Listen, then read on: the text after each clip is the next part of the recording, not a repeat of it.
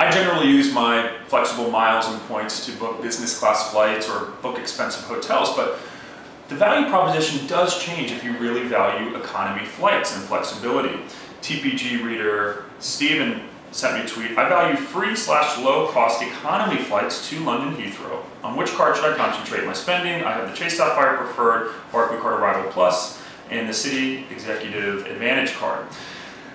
So let's just take a scenario where you spend $50,000 on each of those cards. The Chase Sapphire Preferred will get you a minimum of 50,000 Ultimate Rewards points, and if you hit the travel and dining categories, you could probably easily get that to 60,000, which could get you an economy award on a transfer partner like United, and there are relatively low fees on those awards if you can find the saver level. So that's the linchpin there. And let's just go to the Executive Advantage card. That card's got a $450 annual fee, which can be almost more than half of an economy award ticket to Europe. Of course, if you value lounge access, that value proposition changes.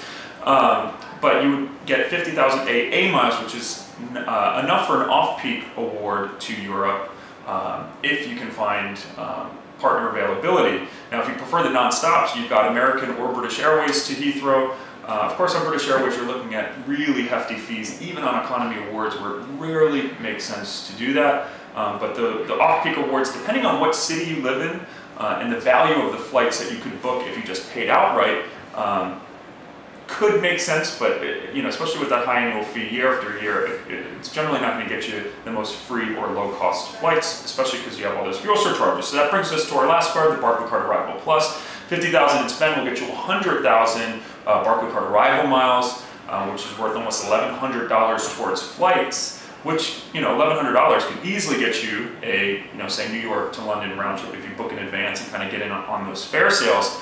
You can actually wipe the entire cost of the trip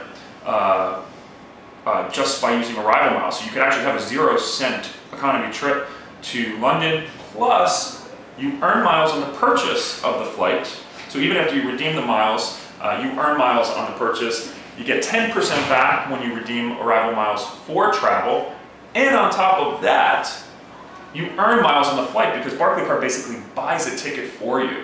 So I actually think in this situation where you're trying to get the least amount out of pocket possible, the Arrival is a hard one to ignore. If you're trying to get elite qualifying miles, you're generally not going to get that. You won't get that if you book awards with American or United. So I think overall here, if you're savvy about booking cheap flights, if you know how to use the ITA matrix, and you worry about elite status, I think the Arrival Plus here is a solid option. Of course, there's so many other calculations you can do, but I would probably take a look at that, or getting the Chase Sapphire Preferred card and the Arrival Plus, and then you can actually use the Arrival Plus to pay for the taxes and fees on any awards that you might book through the Sapphire Preferred. So a lot of different choices there. Any other questions? Tweet me at The Points Guy, and make sure you like us on Facebook.